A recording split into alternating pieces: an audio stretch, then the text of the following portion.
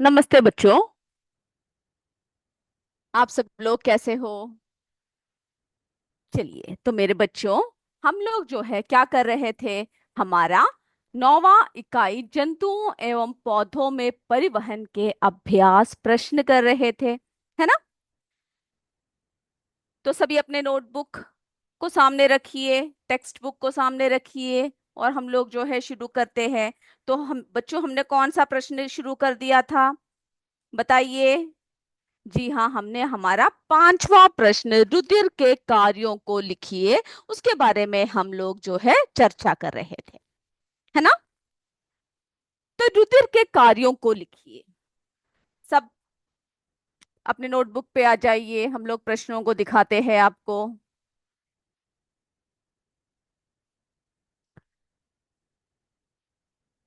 चलिए, रुधिर के कार्यों को लिखिए। तो इसमें हमने जो है रुधिर ऑक्सीजन तथा कार्बन डाइऑक्साइड का परिवहन करता है, ये सब हमने लिख लिया, है ना? मनुष्य के रुधिर में दो भाग होते हैं, रुधिर कणिकाएं तथा प्लाज्मा। रुधिर कणिकाएं कणिकाएं तीन प्रकार की होती है: लाल रुधिर कणिकाएं, श्वेत रुधिर कणिकाएं तथा रुधिर प्लेटलेट्स। इनके बारे में हम लिख रहे थे, जिसमें हमने लाल रुधिर कणिकाओं के बारे में चर्चा कर लिया, है ना? हमने लिख लिया ना। लाल रुधिर कणिकाओं में हीमोग्लोबिन नामक रंग युक्त प्रोटीन होता है। ये रक्त को लाल रंग प्रदान करती है। और लाल रक्त कणिकाएं क्या करता है? ऑक्सीजन तथा कार्बन डाइऑक्साइड से बंध बनाकर मानव शरीर में इसका परिवहन करता है। और श्वेत रुधिर कणिकाओं के बारे में भी हमने लिख लिया। सभी का हो गया? श्वेत रुधिर कणिकाएं। ओके, हम जरा बोल देते हैं, लेकिन ये भी हम लिख चुके हैं। प्रतिरक्षा का कार्य करती है, और शरीर को जब भी कोई रोगाणु या दूसरा परजीवी प्रभावित करता है, तो श्वेत रुधिर कणिकाओं की संख्या में वृद्धि हो जाती है ना? इसके अलावा श्वेत रक्त कणिकाएं शरीर में असक्त तथा टूटी हुई कोशिकाओं का भक्षण कर रुधिर की सफाई करती है। और हमने आपसे कहा था कि रुधिर प्लेटलेट्स के बारे में आप लिख कर आओगे। जिन्होंने लिख लिया है वो ठीक है, जिन्होंने नहीं लिखा है वो लिख लीजिए। ओके, कितने लोग लिख कर आए हैं? कमेंट कीजिए, हम लोग देखते हैं कौन कौन लिख कर आया है, कितने स्कूल के बच्चे लिख के आए हैं। जिन्होंने नहीं लिखा, हम लोग शुरू करते हैं। रुधिर प्लेटलेट्स लिख लीजिए। रुधिर का धक्का बनाने में सहायता करती है ना? ये क्या करता है? रुधिर को जमाने में यानी जमने में सहायता करता है। जो चोट लगने के कारण जो चोट लगने के कारण क्या होता है? लगातार। ओके, जो है बच्चों, ये लगातार की स्पेलिंग जरा सही कर लीजिए। ओके, लगातार।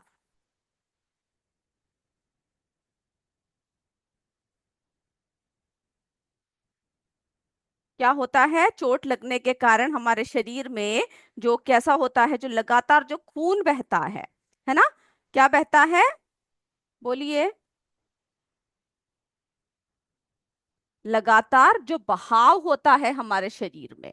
ओके, लगातार होने वाले लगातार होने वाले रुधिर बहाव को नियंत्रित करने में सहायक होता है। यानी अगर हमारे शरीर में चोट लग जाए तो क्या हो जाता है? थोड़े समय बाद उसका धक्का बन जाता है, यानी वो रुक जाता है ना? तो उसके ऊपर जो है क्या आ जाता है? कोटिंग सा आ जाता है। तो उसमें क्या होता है? जो है धक्का बनने में सहायता करता है। ओके, हाँ, ब्लड को। ओके, चिराग गांव ने बोल रखा है, यानी रुधिर को क्या करता है? रुधिर के बहाव को नियंत्रित करने में सहायता करता है। फिर जो है, प्लाज्मा एक तरल संयोजी ऊतक है। ओके, प्लाज्मा क्या है? एक तरल संयोजी ऊतक है, जो विभिन्न पदार्थों को पूरे शरीर में क्या करता है? परिवहन करता है। यस, बहाव को रोकता है। बहुत अच्छा। ओके, हमारे चिराग गांव ने बोल रखा है कि जो यानी चोट लगने के कारण जो बहाव होता है, उसको नियंत्रित करने में यानी उसको रोकने में क्या करता है? सहायता करता है। बहुत अच्छा। चलिए मेरे बच्चों, जल्दी से ये आंसर पूरा कर लीजिए।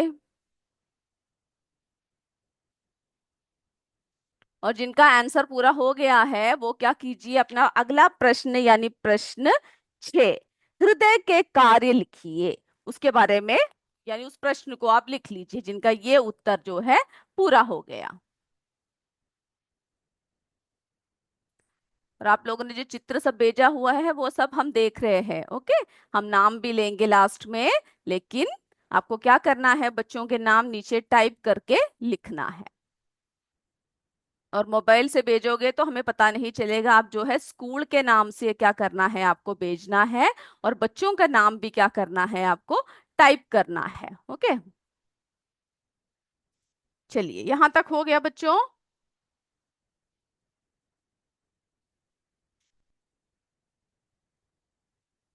हो गया तो यस बोल दीजिए, अगर नहीं हुआ तो नो बोल दीजिए। अगर हो गया तो यस बोलिए, नहीं हुआ तो नो बोलिए, तो तभी हम आगे बढ़ेंगे, ओके। रुद्र प्लेटलेट्स जल्दी से लिख लीजिए।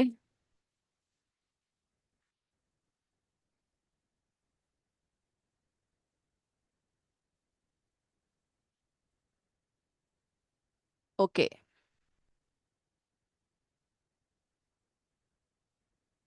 और कोशिश कीजिएगा कि जल्दी जल्दी लिखे, ठीक है, बहुत ज्यादा टाइम आप नहीं लगाओगे। और ये हमने आपसे कहा था कि आप लिख कर आओगे। चलिए, यस मैम बोल रहे हैं कॉम्पोजिट विद्यालय, ओके। सी एस सराय या नो बोल रहे हैं, ओके, लिखिए, कोई बात नहीं, ठीक है। जिनका नहीं हुआ है वो लिखिए।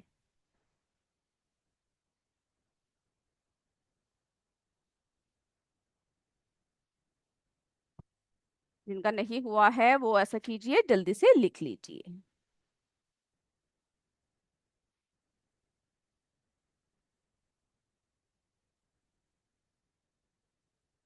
उत्सर्जन तंत्र का बहुत ही सुंदर एक चित्र भेजा हुआ है, लेकिन वो बच्चे का नाम जो है आपको क्या करना है, जरा टाइप करके लिखना है, ओके। क्या करना है, टाइप करके लिखना है। और मोबाइल से भेजा हुआ है, स्कूल का नाम भी नहीं है। तो कृपया करके जो उत्सर्जन तंत्र का चित्र जो आपने भेज रखा है, स्कूल का नाम और उस बच्चे का नाम नीचे टाइप करके लिख दीजिए। चलिए, यहां तक हो गया ना, जिन्होंने नो बोला है जल्दी बोलिए, हो चुका है या नहीं।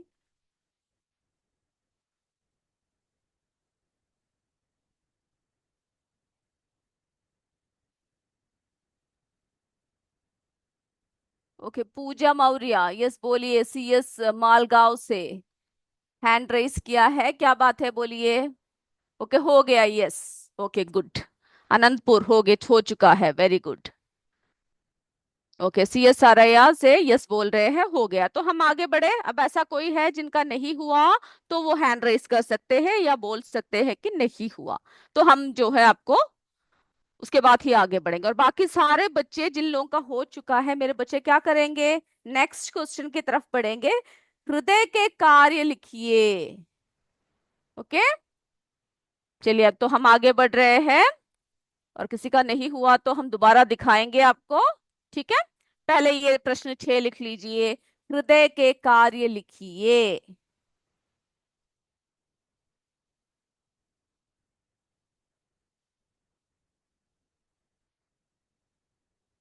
हृदय के कार्य लिखिए। ये जो है बिना बताए ही आप क्या कर सकते हो, लिख सकते हो, क्योंकि हमने बहुत अच्छे से पढ़ा हुआ है ना, सारे बच्चे लिख सकते हो ना ये, ओके। तो हम लोग जो है हृदय की तरफ आते हैं, तो इसके पॉइंट्स करके आपको लिखना है, ओके। मनुष्य का हृदय, लिखिए सारे, मनुष्य का हृदय गुलाबी रंग की, गुलाबी रंग की त्रिकोणाकार पेशीय रचना है, त्रिकोणाकार पेशीय रचना है।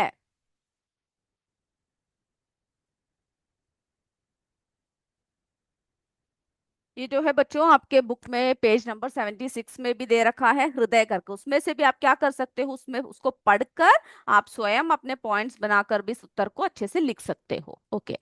मनुष्य का हृदय गुलाबी रंग की त्रिकोणाकार पेशीय रचना है, जिसका आकार, जिसका आकार लगभग मुट्ठी के बराबर होती है।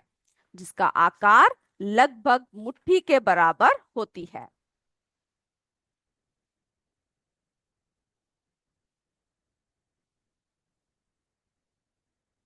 ओके, यहां तक हो गया। ये तो बिना बताए ही आप लिख सकते हो, ये सब हमने पढ़ रखा है, पढ़ा हुआ है ना, आप सब लिख सकते हो ना। ओके, उसके बाद फिर आप लिखिएगा, हृदय में चार कक्ष पाए जाते हैं। यस, सीएस शहनशाहपुर बोल रहे, यस, हाँ लिख सकते हैं, बहुत अच्छा। क्योंकि जो है आप क्या कर सकते हो, बुक से ही जो आपको हृदय करके एक टॉपिक दिया हुआ है उसमें से आप क्या कर सकते हो, पढ़कर पॉइंट्स वाइज क्या कर सकते हो, पॉइंट वाइज आप उसको लिख सकते हो। ओके, बहुत अच्छी बात है। तो जिसका आकार लगभग मुट्ठी के बराबर होता है वह वक्ष गुहा में बाई ओर स्थित होता है। ओके, ये सब हम जो है बहुत डिटेल में पढ़ चुके हैं चित्र के साथ। जिसका आकार लगभग मुट्ठी के बराबर होता है वह वक्ष गुहा में बाई ओर स्थित होता है। फिर आप क्या लिखोगे, हृदय में चार कक्ष पाए जाते हैं। सबको पता है।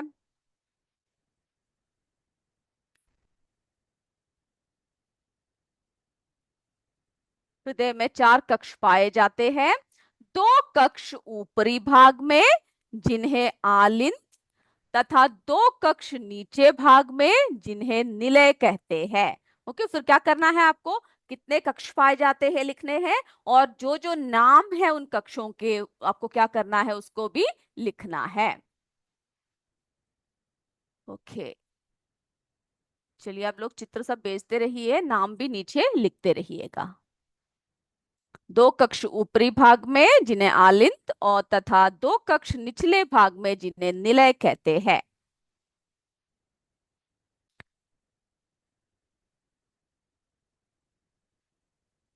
चलिए फिर लिखिएगा, हृदय के दाएं भाग में, हृदय के दाएं भाग में, दाएं भाग में क्या होता है, कार्बन डाइऑक्साइड युक्त रक्त।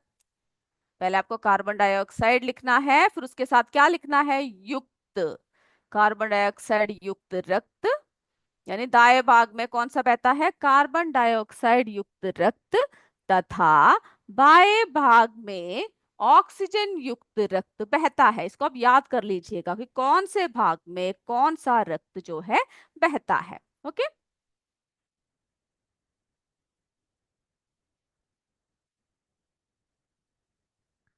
दायां निलय, दायां निलय, दोनों आलिंद व दोनों निलय,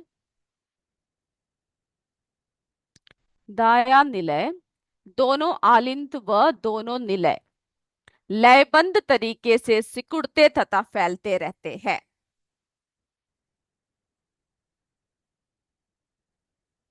यानी कि दोनों निलय, यानी जो है आपका दायां निलय और जो है क्या है, यानी हमने क्या देखा कि जो ऑक्सीजन युक्त रक्त बहता है, फिर जो है दोनों आलिंद व दोनों निलय कैसा होता है, दोनों आलिंद वे दोनों निलय किस तरह से होता है, लयबंद तरीके से सिकुड़ते तथा फैलते रहते हैं।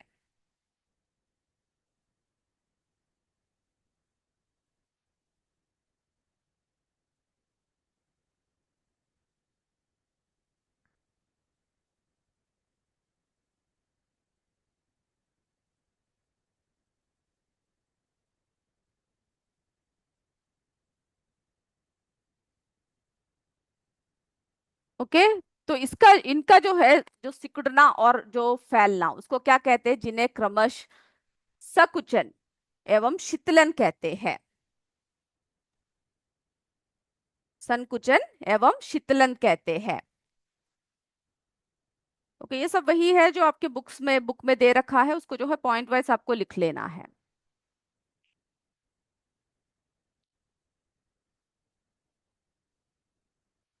ओके, तो आपको सिर्फ इतना लिखना है कि ऑक्सीजन जो है किसमें ऑक्सीजन युक्त रक्त बहता है, किसमें कार्बन डाइऑक्साइड युक्त रक्त बहता है, और किस तरह से जो है दोनों आलिंद व दोनों निलय लयबंद तरीके से कैसे सिकुड़ते हैं और कैसे फैलते रहते हैं। ओके, जिन्हें क्रमश संकुचन एवं शीतलन कहते हैं। इसके कारण धक धक की आवाज सुनाई देती है, जिसे हृदय स्पंदने या धड़कन कहते हैं। ओके, हृदय स्पंदने या धड़कन कहते हैं।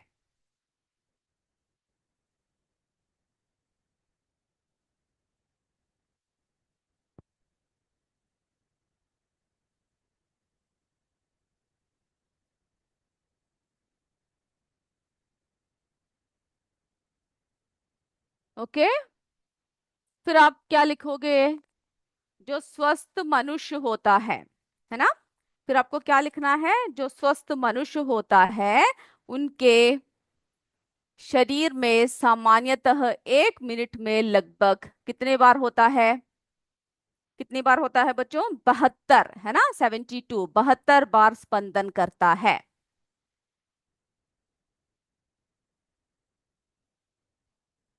क्योंकि अगर आपने इतना लिखा तभी भी काफी है। फिर अगर आपको और पॉइंट्स अगर ऐड करने हो तो आप लोग ये भी लिख सकते हो, संकुचन की अवस्था में रक्त हृदय से पंप होता है और शीतलन की अवस्था में रक्त हृदय में भरता है। ओके, आप लोग ऐसा कीजिए, यहाँ तक लिख लीजिए। फिर जो है आपकी जो किताब में जो पेज नंबर 76 जो दे रखा है, आप ऐसा कीजिए क्योंकि उसमें से जो है आपको जो जो पॉइंट्स आपको लेना है, ओके, वो पॉइंट्स लेकर आप क्या कीजिए, आप जो है स्वयं उसको लिख कर आइए। क्योंकि कई पॉइंट्स जो है आपको टफ लगेंगे, तो आप क्या कीजिएगा, पेज नंबर हमारे 76 और 77, ओके, इन दोनों पेज नंबर को क्या कीजिएगा, हृदय के बारे में जो दे रखा है उसको आप पढ़िएगा, और जो जो पॉइंट्स आपको सही लगे वो जो है आपको लिखना है। तो मैंने इसमें ये भी लिखा हुआ है कि संकुचन की अवस्था में रक्त हृदय से पंप होता है और शीतलन की अवस्था में रक्त हृदय में भरता है। ठीक है, फिर जो है हृदय में रक्त शरीर के विभिन्न भागों से नलिकाओं द्वारा आता है, तथा हृदय से नलिकाओं यानी धमनियों द्वारा क्या है, शरीर के विभिन्न भागों में पहुंचता है। यानी शिरा और धमनी को भी आपको क्या करना है, वहां पर आपको वहां पर लिखना है। ओके, यस मैम बोल रहे, तो फिर आप जो है आप बच्चों अभी आप पूरा लिख नहीं पाओगे, तो आप क्या कीजिएगा, हृदय का जो पेज है वो लेकर आपको स्वयं लिखना है। ओके, अभी हम सिर्फ ये दिखा रहे हैं। तो अगला प्रश्न देखिए, हम बता देते हैं क्या क्या करना है आपको। ओके, अगले क्लास में जब आओगे तो आप हृदय के बारे में लिख कर आओगे। और अगर आपने पहले से लिखा हुआ है तो आपको लिखने की जरूरत नहीं है। जब हमने क्लास लिया था तब भी हमने कहा था कि जिनका हो चुका है यानी जो लिख चुके हैं उन्हें दोबारा लिखने की जरूरत नहीं है। Okay, okay, yes, yes, page number 72 और सॉरी 76 एंड 77। ओके, हाँ, ओके, हृदय की स्पंदनें बता रहे हो कितनी बार धड़कता है। चलिए अगला प्रश्न देखिए बच्चों, रक्त लाल रंग का क्यों दिखाई देता है? प्रश्न 7, क्यों दिखाई देता है बोलिए? रक्त में पाई जाने वाली रुधिर कणिकाओं में क्या होता है? हीमोग्लोबिन नामक रंग युक्त प्रोटीन होता है और यही रक्त को लाल रंग प्रदान करती है। ओके, इसको भी आप स्वयं लिखोगे, सिर्फ हम अभी जो है आपको उत्तर दिखा रहे हैं कि क्या कैसा लिखना है आपको। तो ये आप लिख लोगे ना कि रक्त में क्या पाई जाती है, रुधिर कणिकाओं में कौन सा रंगयुक्त प्रोटीन होता है? हीमोग्लोबिन नामक रंगयुक्त प्रोटीन होता है और यही क्या करता है, रक्त को लाल रंग प्रदान करता है।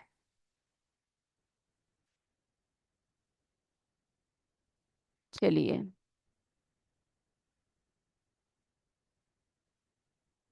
अब देखिए आपका जो अगला प्रश्न है, पौधे पौधों एवं जंतुओं में परिवहन क्यों आवश्यक है? क्यों आवश्यक है बोलिए? पौधों, ओके, यस मैम बोल रहे, तो मेरे बच्चे सारे लिख कर आओगे, गुड। पौधों एवं जंतुओं में भोजन, पानी, उत्सर्जी पदार्थ आदि को एक अंग से दूसरे अंग तक पहुंचाने के लिए किसकी आवश्यकता होती है? परिवहन की आवश्यकता होती है। ओके, ये उत्तर आप लिख लीजिए। जब तक आप लिखते हो मैं देखती हूँ मेरे बच्चों ने किस किन्होंने चित्र भेजा हुआ है, वो नाम जरा बोलते हैं, क्योंकि आज जो है हमें क्या भी लेना है, एमसीक्यू का भी समय है। ओके, तो हमारे बच्चों ने जो सीएस अनंतपुर से भेज रखा है, चित्र भेजा हुआ है, अंतिमा और जो है सौम्या ने भेजा है सीएस अनंतपुर से। बहुत सुंदर चित्र बनाया है अंतिमा और सौम्या ने। ओके, कुटुपुर से ओके।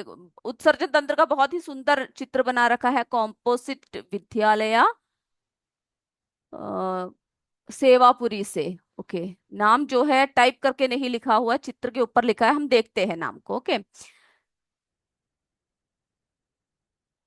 और कौन कौन से बच्चों ने भेजा हुआ है? CS राशवान से भेज रखा है, वर्तिका ने भेजा हुआ है, कॉम्पोजिट विद्यालय से भेजा हुआ है, रिया ने भेज रखा है, चंदनपुर से भेजा हुआ है। ओके। हाइड्रा के बारे में भेज रखा है नाम दोनों को। ओके। संतोष प्रसाद UPS जुल्हापुर से। ओके। ओके। बहुत सुंदर तरीके से चित्र को बना रखा है।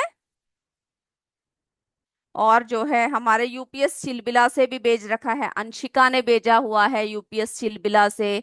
फिर जो है हमारी समा बानू ने भेजा हुआ है। फिर खुशनुमा ने भेजा है। और शिफा बानू शिफा अशीफा बानू ने भेज रखा है, नंदिनी तिवारी ने भेजा हुआ है। ये सब जो है UPS चिलबिला से भेजा है। अंशिका, सामा बानू, फिर जो है खुशनुमा, अशीफा बानू, नंदिनी तिवारी। बहुत सुंदर चित्र भेजा है आप लोगों ने, बहुत ही प्यारा है। तो मेरे बच्चों, हम लोग क्या करते हैं, अभी अभी आपके चित्र को जो है हम लोग और देखेंगे। ठीक है। ओके। नाम नहीं लिखा हुआ है कुछ चित्रों के ऊपर, चलिए कोई बात नहीं। कॉम्पोजिट विद्यालय आप जब भी चित्र बनाते हो कि रिया ने बनाया है ये। ओके। तो बच्चों, अब जो है मेरे बच्चे क्या करेंगे, ये जो प्रश्न उत्तर को आप लिखोगे उसके बाद जो है क्या करना है आपको, जल्दी जल्दी से हमारे किसकी तरफ आना है, MCQ की तरफ आना है। तो आप अपने पेपर्स निकालिए और शुरू कर दीजिए। चलिए। तो मेरे सारे बच्चे MCQ के लिए तैयार हो जाइए, और प्रश्न जो भी है जो बचा हुआ है, यानी सारे हमने कर लिया है। चित्र जिनको बनाना है और जिन्होंने बना रखा है वो क्या करेंगे, बनाने की जरूरत नहीं है। जिन्होंने नहीं बनाया, जो लास्ट में जो चित्र 9वां प्रश्न है, मानव हृदय के काट चित्र, वो सब बना चुके हैं आप लोग। ओके। अब प्रश्न की तरफ आइए मेरे बच्चों। पौधों में जल का परिवहन होता है, किसके द्वारा जो है पौधों में जल का परिवहन होता है?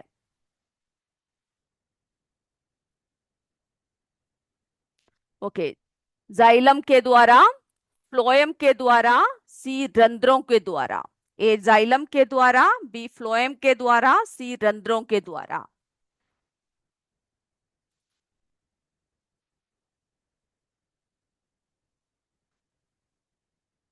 ओके, हो गया। जल्दी जल्दी लिख लीजिए, किसी का छूट गया है तो फिर आप फिर से पूछ लीजिएगा। ओके। सेकंड क्वेश्चन देखिए। जड़ों द्वारा जल के अवशोषण की दर बढ़ाया जा सकता है, कैसे बढ़ाया जा सकता है? A छाया में रखकर, B मंद प्रकाश में रखकर, C पंखे के नीचे रखकर। ये सब आपको पता होगा क्योंकि आपके बुक में है ये सारे प्रश्न।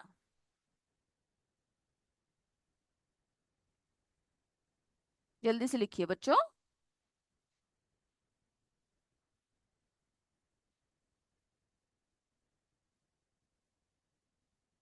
ओके, हो गया। और कोई भी आंसर टाइप नहीं करेगा। ओके। चलिए तीसरा प्रश्न देखिए। विश्राम की अवस्था में एक वयस्क व्यक्ति की नाड़ी स्पंदन होती है, कितनी बार होती है? A 20, B 72, C 80।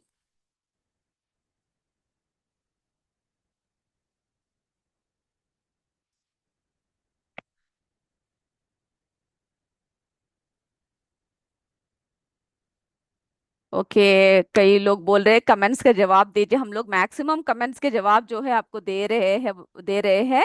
और इसमें जो है कॉम्पोजिट विद्यालय से पूछा हुआ है कि अटेंडेंस में सब्जेक्ट शो नहीं कर रहा है, तो फोटो नहीं लगा पा रहे हैं। कोई बात नहीं, आप लोग जो है जब सही हो जाएगा तो कर लीजिएगा, ठीक है। कोई प्रॉब्लम हो सकता है उसमें। ओके। चौथा प्रश्न देखिए। हृदय का लयबंध, शिथिलन और संकुचन कहलाता है? क्या कहते हैं उसको? ए स्पंदन, बी बंधन, सी रुधन।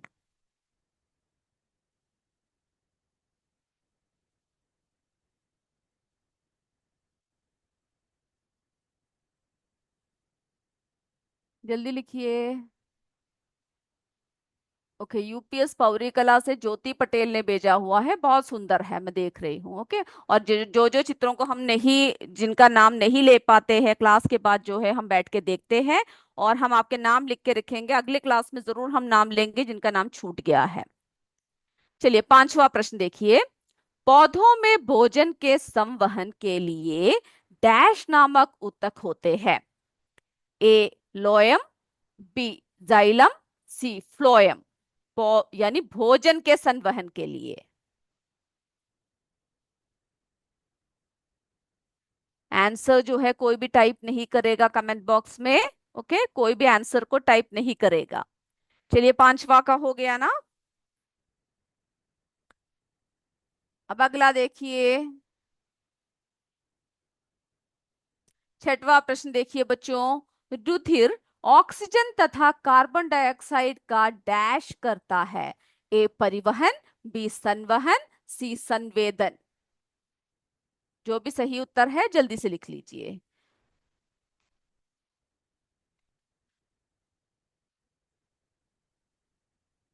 आंसर कोई टाइप नहीं करेगा कमेंट बॉक्स में। अगर आपको हिंदी समझ में आ रही है तो हम बता रहे हैं कि कोई भी अभी कमेंट नहीं करेगा। जब हम आंसर्स बोलेंगे तब आप आराम से कमेंट कर सकते हो। ओके, क्योंकि अभी जो है बच्चे क्या कर रहे हैं, एग्जाम लिख रहे हैं। चलिए, सातवां प्रश्न देखिए। प्लाज्मा एक डैश संयोजी ऊतक है। ए ठोस, बी तरल, सी गैसीय। कैसा संयोजी ऊतक है, जल्दी से लिख लीजिए।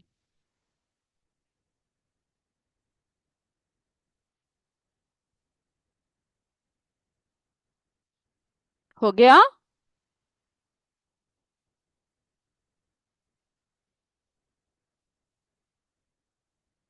आठवां प्रश्न देखिए। मनुष्य की लाल रुधिर कणिका केंद्रक युक्त होती है। यह कथन सही है, यह कथन गलत है, दोनों में से कोई भी नहीं। आठवां प्रश्न देखिए। मनुष्य की लाल रुधिर कणिका केंद्रक युक्त होती है। ए है ये कथन सही है, बी है ये कथन गलत है, सी दोनों में से कोई भी नहीं।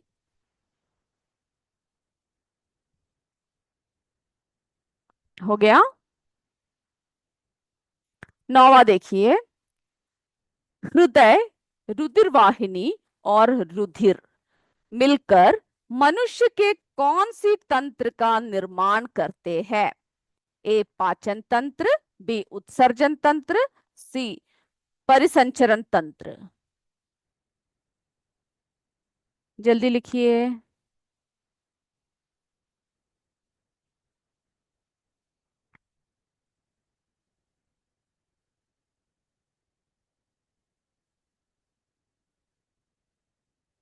चलिए, 10वां प्रश्न देखते हैं।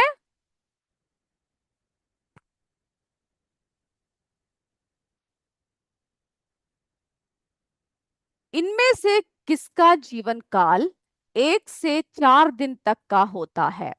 किसका होता है? ए लाल रुधिर कणिकाएं, बी श्वेत रुधिर कणिकाएं, सी रुधिर प्लेटलेट्स। चलिए, तो सभी का हो चुका है ना। अब हम लोग क्या करते हैं? अब हम लोग जो है आंसर्स की तरफ चलते हैं। सब जो है अपने आप को अनम्यूट करके आंसर्स बताइए।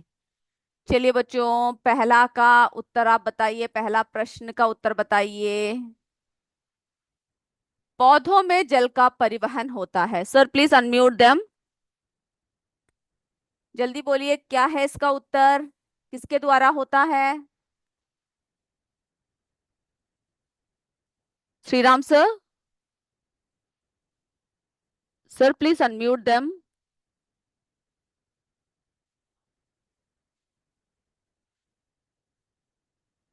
पौधों में जल का परिवहन होता है, जल्दी बोलिए बच्चों। अनम्यूट नहीं कर पा रहे हो क्या आप?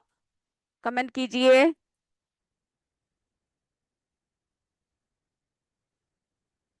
Shriram sir please unmute them.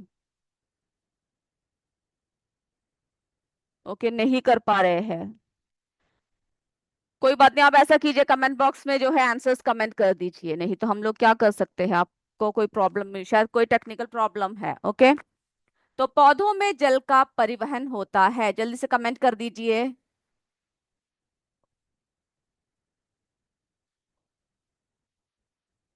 Okay, जल्दी जल्दी कमेंट कीजिए बच्चों, किसके द्वारा होता है। ओके, आंसर्स जो है कमेंट कर रहे हैं, किसके द्वारा होता है जल का परिवहन, जाइलम द्वारा, बिल्कुल सही। ओके, अनम्यूट नहीं कर पा रहे हम लोग। ओके, कोई बात नहीं।